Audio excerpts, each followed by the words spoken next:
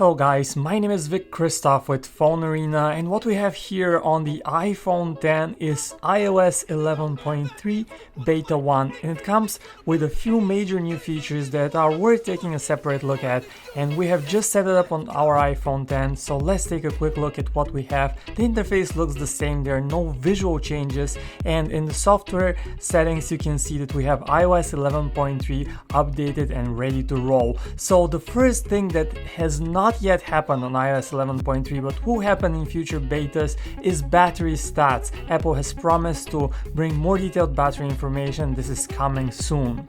The thing that you can already use is an emoji.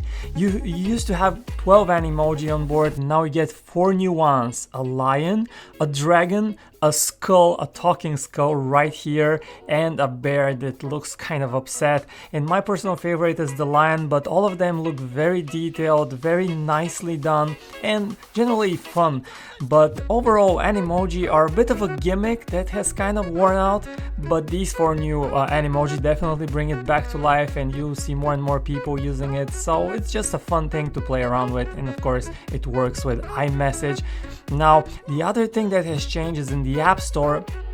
Some people were confused with the way you buy apps. Now you have to double click the side key, and now you have a more easy to understand prompt here, so it's easier to buy apps in the App Store. And the other new thing is in the updates are now more detailed. You can see the version right here in the App Store update section and just how many megabytes it takes. It's a very detailed information.